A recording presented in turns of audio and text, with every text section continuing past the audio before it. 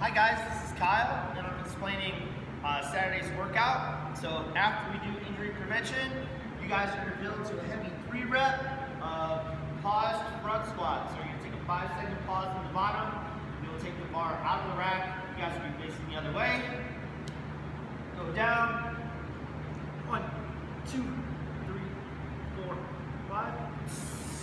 And you're going to do that 3 times. Walk it back into the rack. Build to a heavy set there. Yes, you need to figure out how to stay tight in the bottom and be able to somewhat breathe in the bottom so you don't pass out, because these holds will get longer the less reps we do. So you have to figure out how to stay tight, keeping your stomach tight and still able to breathe. After we do our strength work here, we're going to do some moving around today. One of the things we're going to do is we're going to take a sandbag, your choice, go across the back of your shoulders to hang on. Don't put it on your neck, that'll suck. And with our leg height, we just want our knee a little higher than our hip crease. You don't need to be way up here with your leg, and I don't want your leg way down here. It's a little too low. So what we'll be doing is stepping up, driving through the heel, and alternating legs. Back and forth. Now, if you get to the ball of your foot and you can't stay on your heel, you're not going to carry a sandbag.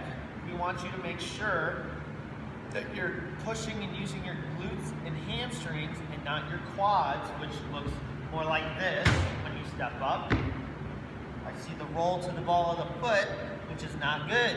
You want to see a vertical shin here, so when you come up, that knee doesn't go out past the toe. It stays here, you push through the heel, so it kind of stays behind the toe. That's a good way to do it. I pick up my toes as I push. That way I know I'm not pushing through my toes or pushing through the ball of my foot. I use my quad, I know I'm using my butt. So we're going to do that for 9 minutes. The other 9 minutes, we're going to use the Airdyne. We're going to go arms only on the Airdyne. Those of you who do not have heart rate monitors, it's going to be tough to tell how fast to go. If you have a heart rate monitor, you would like it somewhere between that 130 and 150. And I know some of you guys have a lot of you guys have the Fitbit. You have to figure out a way to keep that thing consistent with its reading, because I know it's telling some of you guys your max heart rate when we're doing stuff is 100 beats per minute. And if that's true, we got to take a closer look at what's going on in your body. But my guess is that it's not getting a great reading on your wrist. So you may have to figure out some type of system to where your heart rate should be. So if you do have a Fitbit and you have and it's one of the wrist ones or any type of wrist heart rate monitor, let your coach know, like, hey, my max heart rate, it said it was 120. So we can tell you kind of where to keep your heart rate at in ratio to that Fitbit. Those of you who have a chest piece and have like a heart rate of like 178 or 190 or something like that, or an accurate reading of that, you're going to want to stay between that 130 and 150.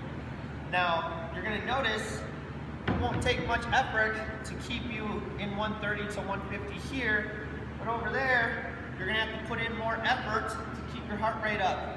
We don't train endurance of the upper body too often. I don't know anyone that walks around on their hands all day like we do our legs. So our legs can handle that long duration of work. Our upper body, it's harder to do, so it's going to burn a bit. It's going to take some work to keep your heart rate up there. So make sure you're doing that over there. So good luck with this, guys, and have a good weekend.